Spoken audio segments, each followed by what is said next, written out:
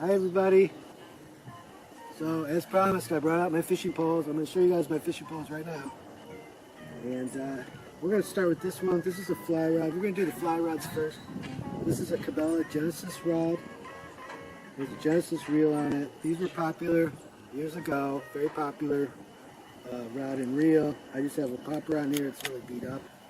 And this rod and reel I found in the woods. I found this by a lake. Somebody left it by mistake.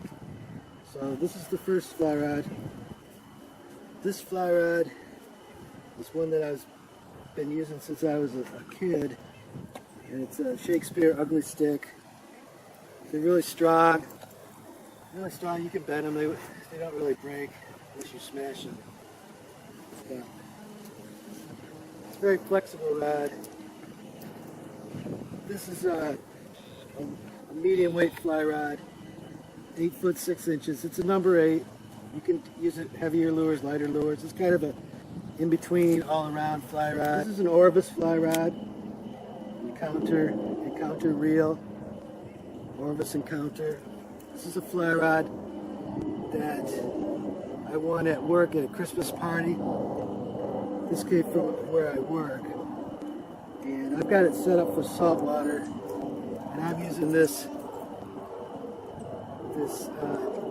jig on here. What do they call it? A clouser. It's a clouser fly. And I have this set up to go to the beach.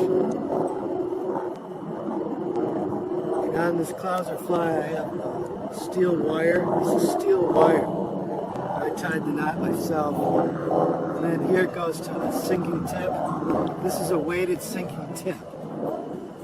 So cast this out in the surf, and the tip helps pull the lure down deep where the fish are, down closer to the bottom. So it's got a weighted tip, big clouser fly with a big hook on it.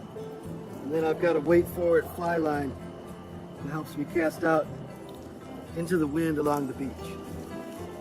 This is my saltwater spinning pole. This is a Cabela's Big Water Ugly Stick. No, it's Shakespeare. I bought it from Cabela's. It's a Shakespeare Ugly Stick, Big Water. This is a 10-foot pole. It's very stiff. It's heavy-duty stuff. This is a Penn reel. This is a saltwater reel. Penn Spin Fisher 5.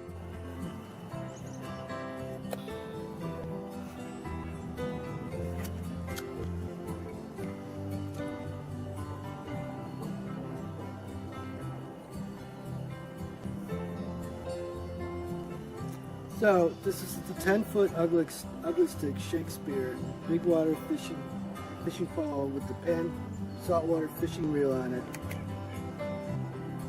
This is a heavy-duty setup. You can cast really heavy lures with this. And if you hook a big fish like a striped bass or a giant bluefish, you're going to have no problem bringing it in. This pole's not going to break. I've got 30-pound braided line on here. Serious setup. Oh, and the other thing is, I use instead of a bail spinning reel, this is a bailless spinning reel. So I have a glove that protects my finger, and I hold the braided line, and I cast it out, right? And then I take the line and I put it on this little bearing here, this little wheel. You just kind of put the line on there, and then you start reeling it in.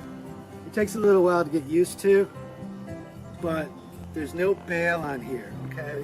And it's kind of cool, okay? It just takes getting used to. But the thing with the bail is, if let's say you got a big hook on here, and you got like a big chunk of squid and some weights and stuff, and you go to cast it way out there, sometimes the bail will close on you, and it'll cause all sorts of problems. The squid will go flying off your hook, you probably lose your sinker.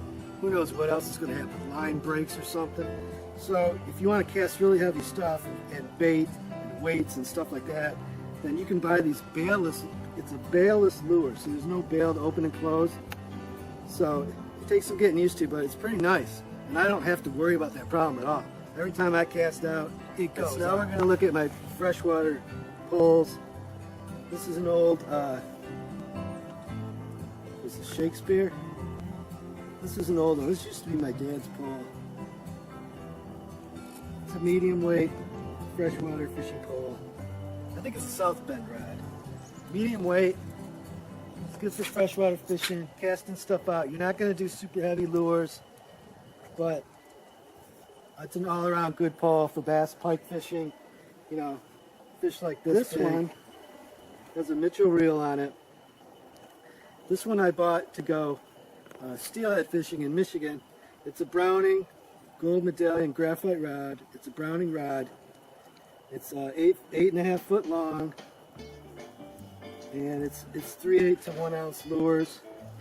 Line weight 6 to 12 pounds, so it's not real heavy duty.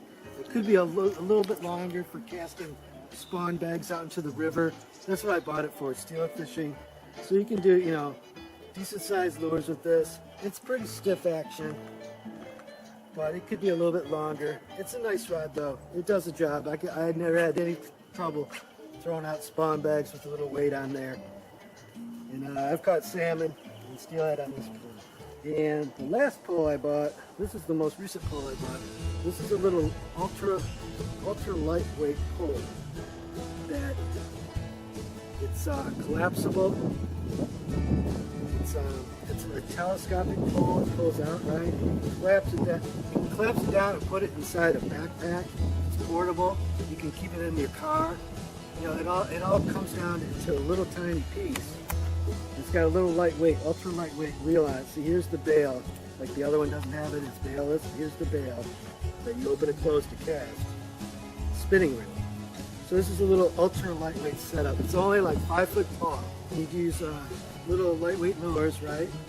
But it's portable, so you can go backpacking with this thing.